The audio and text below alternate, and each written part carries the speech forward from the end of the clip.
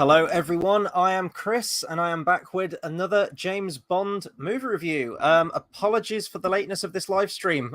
I'm almost 15 minutes late to this one.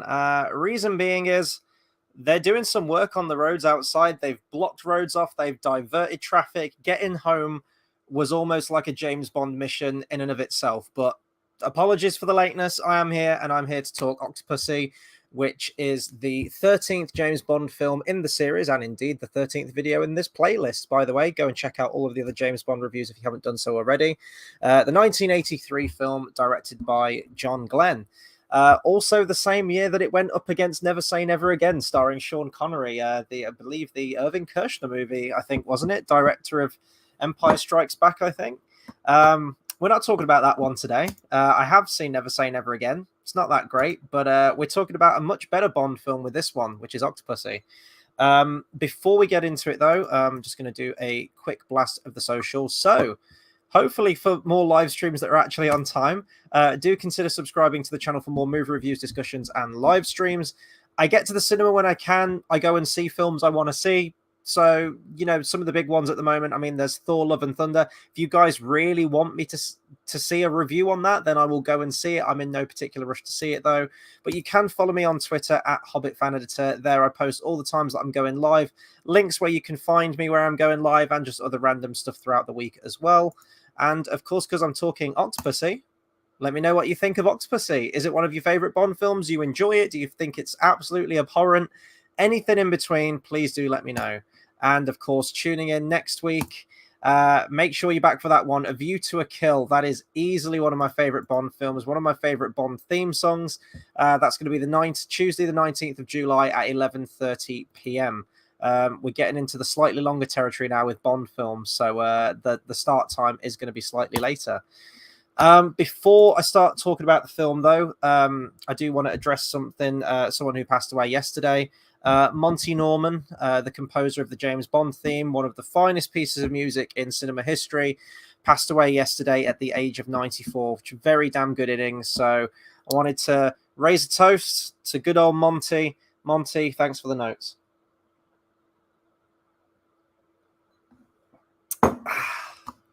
Oh, let me compose myself.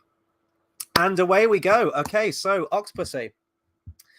This is only my second time watching this film. I watched this film for the first time last year. And I do think it's worth noting that every time I've had a Bond marathon or I've watched like a stint of the Bond films, it's more or less always been in like a marathon of films. So I've always watched them kind of in release order. So, yeah, Octopussy was a film that's reputation preceded it, very much so. I'd seen a lot of negative criticism on Octopussy. I'd seen that it was like farcical. It was like articles upon articles about this thing, and all the pictures would be kind of like the low-hanging fruit from the film. All the pictures would be Roger Moore in the clown costume, in the gorilla suit, the Tarzan yell, all of that stuff. And that was kind of where all the criticism went. It was just, Octopus is this terrible, awful, like Roger Moore's too old for it. It's too comedic. It's too, it's this, it's that. So I went into Octopussy with that in mind, thinking like, oh, this is going to be like one of the worst James Bond films. And honestly, having watched it last year for the first time, it was kind of one of my favorites. I absolutely loved Octopussy. I think that all of the parts that people had mentioned, like, for example, like the clown and the gorilla suit, they didn't really come across as farcical or stupid within the context of the film. They're actually played quite straight. Especially the scene where Roger Moore's in the clown outfit.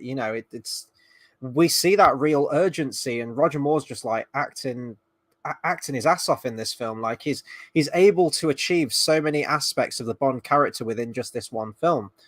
Not to mention, I thought the villains were great. Very different, very weird choice of villains to put all together into one James Bond film, but somehow they work. And yeah, as I said, Octopussy, easily one of my favorite James Bond films. Now, that was last year. I've only seen it the once. So tonight, seeing it for a second time, I was actually kind of cautious to wonder if now that I have seen all the Bond films, I hadn't at this point when I originally watched it last year, does Octopussy still hold up? is it still one of my favorites? I can say that I still very much enjoyed it. There were aspects about this film that I was very much looking forward to seeing on the big screen, namely the action set pieces, specifically the one at the very end of the film with Camel Khan in the plane and the stunt work on the plane. Because when I watched it last time on the small screen at home, when I watched it last year, I was absolutely blown away by that ending. Well, most of the film, actually, most of the action throughout the film, but specifically the ending right there. Like I always think that an action scene's great if you have like a physical reaction as a viewer. If you gasp, if you're shocked, if you're like sort of like if your teeth are on edge, like if something really tense is happening, then they've achieved what they've needed to achieve with an action scene. More contemporary example, Top Gun Maverick, edge of your seat kind of stuff, and I was like really invested, and that they are actually real planes doing that stunt work. And it was kind of the same thing with Octopussy in many ways as well, because the stunt work in this film is second to none. I'd say it's easily some of the best within all of the Bond franchise, is the stunt work exclusively within this film.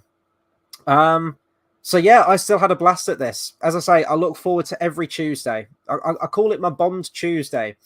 I've got a lot of other stuff going on through the week, but when I get to the cinema and when I sit down to watch a Bond film, all of my worries and all of my concerns and everything just fall to the wayside, and I can just tune in for 2 and a bit hours and watch a good Bond film, and just seeing them on the big screen is just an amazing experience. So it's really, really cool that Odeon are actually putting them all on the big screen. And I can't wait for next week as well, A View to a Kill. That's going to be an absolute treat.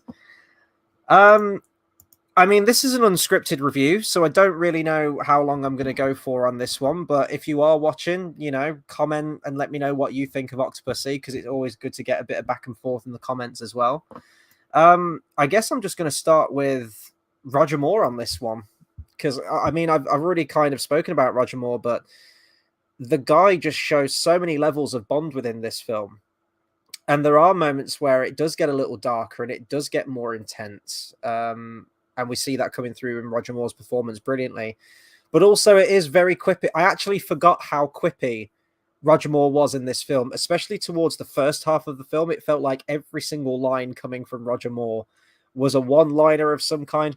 And not all of them land in this film. I'm kind of cool with it, though, because it's Roger Moore and Roger Moore gets a free pass for life. He's just so great.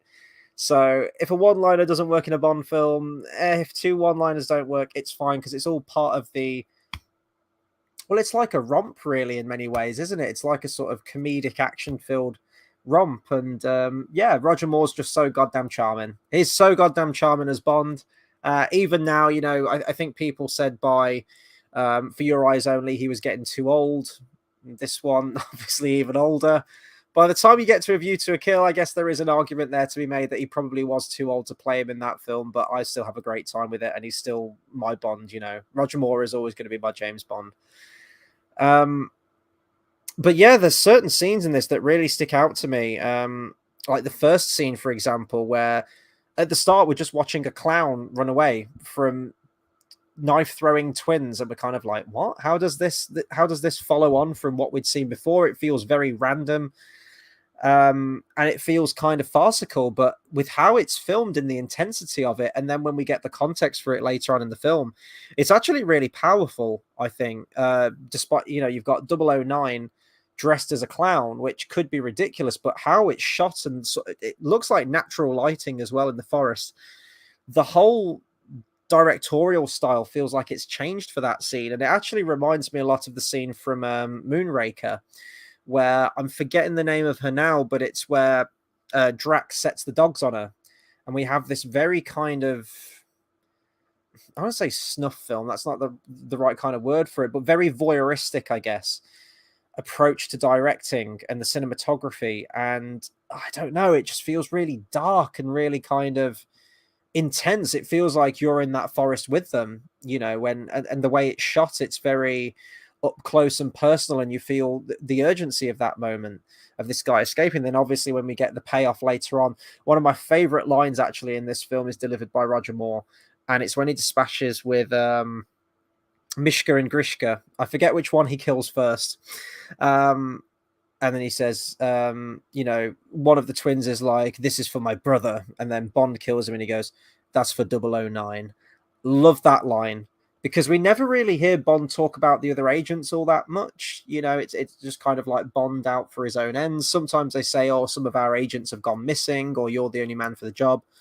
But to hear Bond have such, camaraderie with his fellow agents, it's something we haven't really heard before, at least not until that level. So, and you really feel it when he delivers that line as well. It's like, "That's for 009." And it's such a great moment. I love that. And then obviously the comedic moment. So Roger Moore, he can turn up the charm when the romantic theme kicks in this film. All Time High, the John Barry orchestral version. We'll talk about the music in a bit. It's outstanding. You're getting that really sweeping strings and sweeping romantic theme with Roger Moore's charm, and it's just Bond magic. It's a match made in heaven. He can do the one-liners. He's getting stuck in the action. I know it's mostly a stunt double for the faraway shots, but you know what I mean? He really gives it his all, and I think that's why I appreciate Roger Moore so much, not to mention the fact that he did the most amount of films out of all the Bonds so far. And then at the end, he dresses in a gorilla suit, but it's a mean of disguise. It's a way to avoid detection. And it doesn't come across as this stupid thing where like, "Oh yeah, ha ha tee hee, Bond's dressed as a gorilla. How silly." There's a bit where he's driving a mechanical alligator, and some people could say that feels dumb and feels stupid. But I don't know, you just kind of go along with it in this film. I feel by this point, if you're getting hung up on certain things like this, where have you been for all of the other Roger Moore films? Where have you been through Moonraker and stuff? There's loads of ridiculous stuff that happens in Moonraker. And it's great, like Roger Moore really has proven as an actor of Bond that he is so versatile and can play any style of Bond that you throw at him, really. His first two films, it felt very much like a transitionary one, like they were still trying to do a lot of Sean Conneryisms. Bond was quite more hard-hitting, literally, like he was slapping around women in the first two films. But then as the series developed, and we get into The Spy Who Loved Me, that was the one that really nailed what makes Roger Moore, I think. A few films, and then you get the completely ridiculous stuff like Moonraker, but it's still fantastic. Then you also get almost the precursor to what we'll eventually get with the Timothy Dalton films with For Your Eyes Only. And we see a much more brutal Bond and a much more stripped back performance to Roger Moore, much more serious. And then we get this one again, which has a kind of blend of all of these elements. And I think that's ultimately why I like this film, because on paper, this film should be an absolute train wreck with all the wildly different villains you've got. And really, you could have picked any one of those villains and they would have functioned for the film. But you kind of throw all of these random disparate villains in there. You've got like a Soviet leader. You've got, this wealthy businessman in sort of like Camel Khan out in India. Then you've got Octopussy, Maude Adams' character, who's kind of involved in it as well, like the femme fatale kind of character. She's training up all of these warrior women at this retreat that she's got. And then obviously you've got the henchman as well, the crazy, the turban wearing, sword wielding muscle, kind of like the Oddjob character in this film. It's the mix of villains in this film is so weird and so different. All of them are different. But the writing and the story just kind of gels it all together for me. And I think for a film to do that and take all of those wildly different elements and somehow make it work, that's probably one of the biggest positive I can give to the film.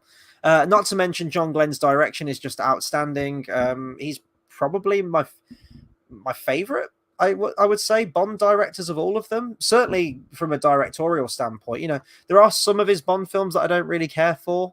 I'm not too keen on For Your Eyes Only, but I really like this one. I like A View to a Kill. Not too well, this could change obviously when I see them again. Not too keen on Living Daylight. Absolutely love License to Kill. So it is kind of a mix in terms of what I think of the films, but certainly from direction, I mean, they're second to none. Like the 80s Bond films are just like chef's kiss. Let's see, what else can we talk about? Let's talk about Maude Adams in this one for a second. So Maude Adams, no stranger to the franchise, having already featured in Man with a Golden Gun as a completely separate character. I always thought it was weird that they double up with the casting sometimes with some of the characters, but I guess we've just come to expect that from Bond now, haven't we? I really liked Maude Adams in The Man with the Golden Gun, and I mean, I don't want to speak for everyone, but I think a lot of people that I've seen wish she'd have had a bigger part in that film. Maybe should have even been the main Bond girl, but at least she kind of gets that chance with this one and fulfills that role of the main Bond girl. She has absolutely outstanding chemistry, I think, with Roger Moore.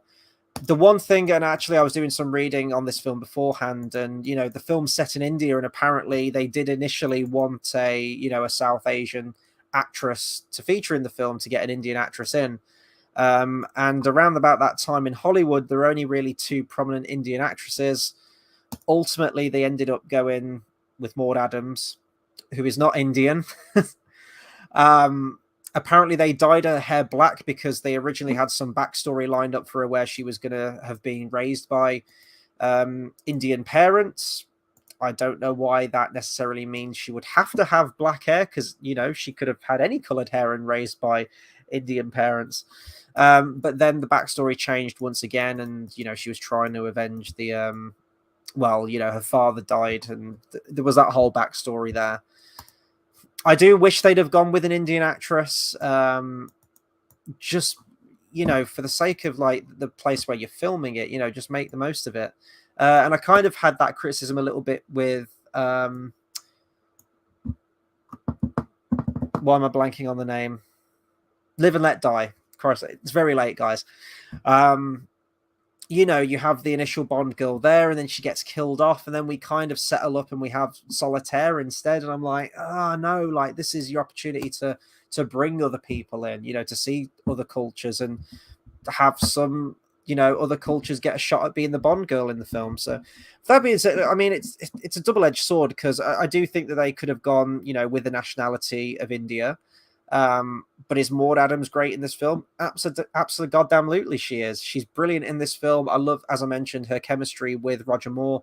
And this, I think this is kind of the thing that I wanted from Pussy Galore's Flying Circus. I love that Maude Adams has like trained up all these warrior women. And that kind of fits the bill at the end, because with a lot of these Bond films, you always get like, good guy soldiers fighting bad guy soldiers as Bond's kind of doing his thing and, chasing after the villain. That's your big action set piece. So they, excuse me. Oh God. They kind of fulfill that role at the end of the film, where you've got all these warrior women fighting against all the guards and everything. It's a really cool sequence. I really like it. And I think that's what, Pussy Galore's Flying Circus, they introduce all of these like women pilots, these capable women pilots. And then ultimately all they end up doing is just gassing the town. And then they're out of the film. You had another similar thing in On Her Majesty's Secret Service, where you've got Blofeld's Angels of Death. And, they're all going to like hypnotize people, aren't they, or something? I'm trying to remember back now. They're all hypnotized, and they're going to go and plant these devices all across the world. But then they're just kind of out of the movie, and they don't really do anything. Whereas I like in this one, you actually do have that force. It's kind of like a Fox Force 5 kind of thing, but you've got, circus acrobatics, and they get really creative with the way that they take down people. I don't know. I just really like that concept, and I think it works, and it's a really enjoyable ending. Not to mention that moment as well where Bond cruises in with Q in a Union Jack hot air balloon. I mean, what haven't we had at this point? We've had a Union Jack parachute. We've had like a biplane. We've had like a little mini plane at the beginning of the film. And now let's go for a hot air balloon, because why not? Let's see. So let's talk our main villain then. I mean, we've got a few villains in this. We'll go through them all. We've got Lewis Jordan as Camel Khan. I absolutely love Camel Khan as a villain in this. He's probably easily one of my favorite Bond films. And I love the way that Lewis Jordan plays it. I actually haven't seen many of his other films. So I actually would quite like to check out some of his other roles. But his interplay with Bond in this, and his mannerisms and the way he talks, is so cool. And yeah, I mean, if I'm going to like one of my favorite scenes in the film, two of my favorite scenes actually is where he's pitted against Bond. I love the moment where they're in the auction at the beginning, and Bond clues into the fact that, Camel Khan's bidding on the Fabergé egg. So Bond just to kind of fuck with him. That's what I love about it. Bond just wants to, he's going to buy it anyway, so I'll make him pay more for it just to kind of fuck with it. And I love that. And he ends up having to pay, I think it's like $500,000, isn't it? I think he pays for it, 500,000, something like that.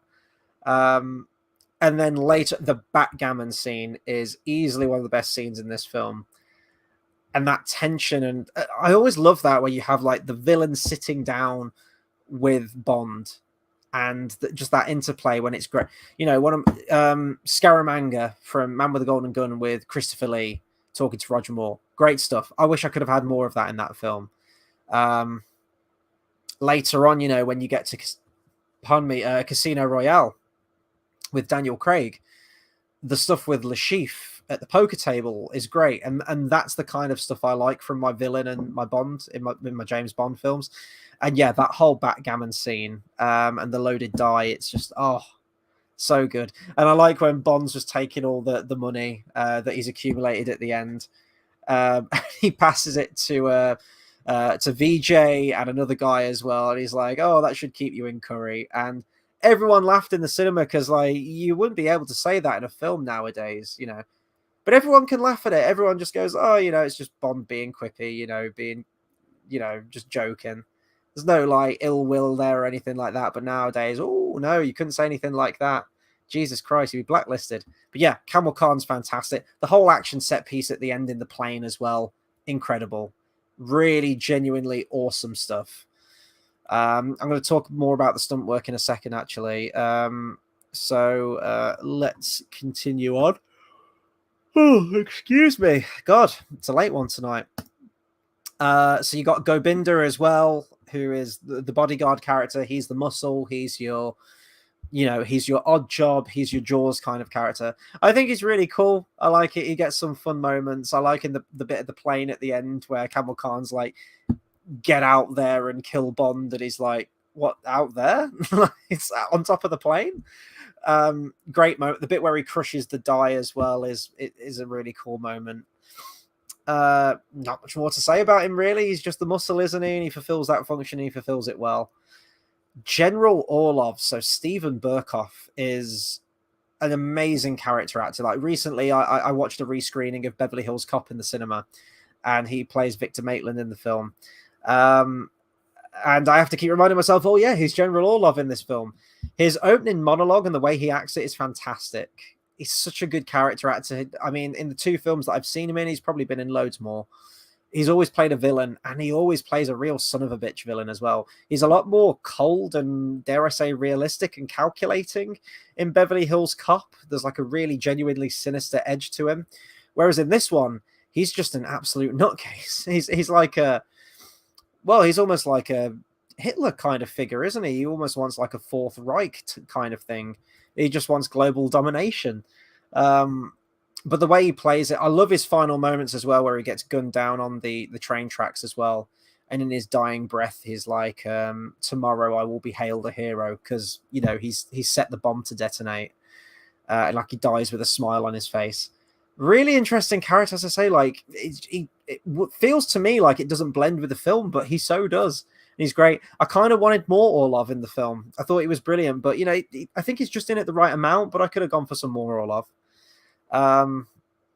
Let's see, who else can we talk about? I want to talk about VJ. VJ's great. Played by VJ, playing the character of VJ. The real life actor was, a tennis professional as well. And I like how they work that into the film as well. He's fighting with a tennis racket, and he mentions that he also plays tennis. It really sucks when VJ dies in this one, because, I mean, that's kind of a thing with most of the James Bond allies across all of these films. But VJ's just so goddamn likable, has great chemistry with Bond, is fun, is quippy. Is just a really, really cool character. And I always get really, really sad when he dies. The way that he dies seems very final, though, because you've got the guy who's got the yo-yo, which I always thought might have been a real weapon, but I guess it isn't. It's kind of an impractical weapon. I mean, you can only sort of like kill people if you're above them. But yeah, when he drops it on VJ, I'm like, oh, that's, I mean, he's had this whole like ball and chain thing sliced through his face. I'm like, you're dead. But then apparently Q later on in the film says he was still alive when I found him. So good on VJ. He's probably easily one of my favorite allies actually in the field that James Bond meets. So, oh god, yeah, big fan of VJ. Let's see who else. Mishka and Grishka, again, kind of like an odd bunch in this film. Wouldn't have thought they would have worked well at all, but they really do. That opening scene, as I mentioned, where they're chasing after Agent 009, and yeah, just how capable they are. The bit where, you know, one's blindfolded and he's throwing the knives at his brother, and then yeah, that final line where he's like, "This is for my brother."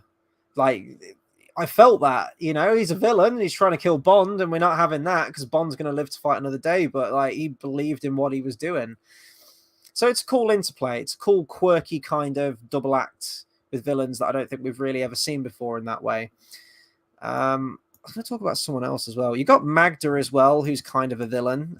She fulfills the role of the villainous Bond girl role, played by Christina Wayborn. I quite like her character. One of my favorite bits, actually, I forgot about this scene completely, is where she steals the Fabergé egg with a tracking device. Well, she doesn't know there's a tracking device in there. And she's backed out onto the balcony. She's had a night of crazy, hot, passionate sex with Bond. And now she's got to get out of there because, you know, she works for Camel Khan. And she ties like her sash to the balcony and then backflips off. And it unravels very, very slowly. And then to the point where she's just like dressed in a bikini or something when she like hits the floor. But I completely forgot that. And that's such a cool exit for her character. I really, really like that moment. The way it's shot and everything and how she's planned it out. It's exactly the correct length of fabric to take her to the floor. I don't know. It's a cool moment. It's a cool way that those characters can kind of break apart from each other. Yeah, and I like the chemistry between the two of them as well. They both know exactly what they're in it for and what they're doing, but they just make the most of it and make some memories, as Bond says in this film. That'll probably do it for characters, I guess. Q gets some really cool moments in this film. I like when he's just sitting fishing, waiting for Bond. The gadgets and everything, his interplay. I like the one-liner that Roger Moore says as well, where Q's built this rope that kind of extends upwards, and then it topples over, and then Roger Moore's like, having trouble keeping it up, Q. That got a good laugh from the audience as well. I'm liking that the audience is remaining pretty consistent between all of these films as well. Sometimes if it's a bad Bond film, you get slightly less of a turnout, but you've got like the diehard ones there that have been there every single week, which is always cool to see. Oh god. Let's talk about the music for a second. So John Barry returns once again after sorting the whole tax thing out. Great score, great score. And apparently with this one, there was more of a focus to contain the actual James Bond theme as much as possible, because this was competing with Never Say Never Again, which is a James Bond film, but it's not a canonical Eon James Bond film, and they didn't have the rights to the James Bond theme for that film. So to kind of assert their dominance as we're the only James Bond studio in town, you know, the studio probably made John Barry use the James Bond theme as much as possible in the film. But obviously you've got All Time High as well, which is just such a wonderful, wonderful song. I don't know how highly this ranks on people's favorite James Bond themes. I love the song. I love the melody. I love the song. And it's kind of one of my sort of like chilled Sunday evening drive kind of songs, I guess, when it comes to Bond. But the melody is so good. And Tim Rice as well did the lyrics to it, which I completely forgot about too. I think my only criticism with the Rita Coolidge song is nothing against her vocals, nothing against the song necessarily. I think it's just the production of it feels very understated. You've got like a piano, you've got a few strings in there, you've got a bit of an electric guitar, and that feels like it's it. It feels just, and then like a saxophone, I guess, haven't you? It feels very pared back, I guess I'll say, in terms of the instrumentation and how it's how the production of the song itself. So I don't know. I don't know if you could have like Bondified it up a little bit. That's a phrase that I'm coining right now, but you know, like the good sassy, sexy Bond song, that's usually the go-to sell, right? You know, you've got Goldfinger, You've with Shirley Bassey. You've got Goldeneye with Tina Turner.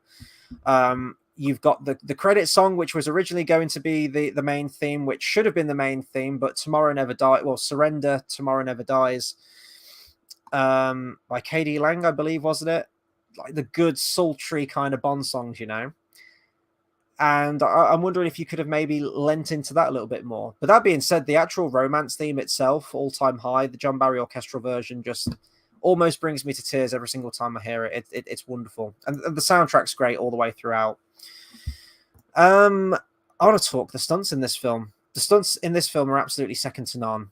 So many scenes in this film just absolutely blow me away. You've got the really cool and fun pre-title sequence, Bond just kind of going on a completely unrelated mission, but it sets the stage. There's the cool moments with like Bond in the disguise and then getting in the plane. I love that his ally in the field as well is using like her femininity and like her cunning feminine wiles to kind of charm the guards to distract them so that Bond can get in and make the kill. Really cool moment there. And then obviously like the whole plane sequence and flying through the hangar and everything. It's great stuff. Punctuated very beautifully at the end with filler up, please, and then straight into the title sequence. I mean, other stunts in the film that I mean, all of like the circus stuff as well. That counts as stunts as well. But specifically, like the ending with the plane just blows me away. It's easily one of my favorite Bond third acts. Just, you know, everyone talks about Tom Cruise strapping himself to a plane during takeoff from the fifth Mission Impossible film. But, you know, they were doing that in Bond back in '83. And maybe in films before that as well that I'm completely forgetting. But, yeah, when the camera pulls back to that wide shot on the plane, I'll never forget the first time I watched it. And that was on the small screen and it was having that impact. So seeing it on the big screen today was just incredible. And just someone's really on there doing it, you know, which just makes the action scenes feel all the more believable, all the more engaging. The bit where Bond's on the train as well, you know, like running on top of the carriages, sort of pulling himself along the carriages. It reminded me a lot, actually, of what we'd get 6 years later with Indiana Jones and the Last Crusade, with the whole tank chase. And, you know, that's like actual people doing those stunts. The bit where Indiana Jones is like hanging on to the turret and it's like being driven into the wall and it's get closer and closer to the rock. You actually know that someone's doing that, and it's a physical thing, and it's so important in action films. You know, obviously you're going to have some effects work, you're going to have some rear projection work, which this film does as well. You know, when there's a close-up of Roger Moore on top of the plane, it's not really Roger Moore on top of a plane. He's on a sound studio with a blue screen behind him. But when it pulls back, the stunts that they are actually doing in the film, they are actually doing, which, you know, I'll always appreciate. Scenes that I'm not too keen on, if I can think of any, the Tarzan yell. What the hell is going on with that Tarzan yell? And still to this day, I can't tell if it's just like a fourth wall breaking moment where they just added the sound effect over the top, going like, oh, this is similar to Tarzan, so let's just have some fun and throw the Tarzan yell over there. Or if Bond himself is making that Tarzan yell as he's swinging through the trees. It's so unnecessary. Just remove that and just have Bond swinging through the trees. You know, there's very silly moments as well where he talks to the tiger. This wild tiger comes out of the jungle and starts roaring at him, and he's like, sit. It's a really weird delivery on the line sit. I was like, is that the best take you could get? Like, what direction were you giving Roger Moore on that line? But it's very strange. Not too keen on those scenes, but I know scenes like that have just become part of the Bond legacy. It's almost like the Star Wars prequels, you know, everyone kind of like ranting and raving and ridiculing certain bits, but people have kind of found acceptance with those now. And would we have it any other way?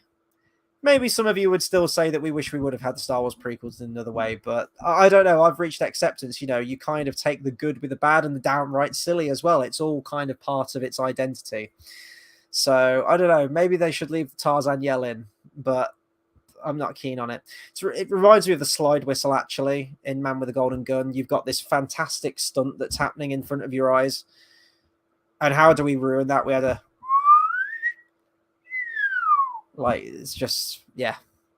So moments like that, I'm like, why do they make the decisions that they do? I'm trying to think of any other scenes that I can talk about, maybe ones that I'm not too keen on.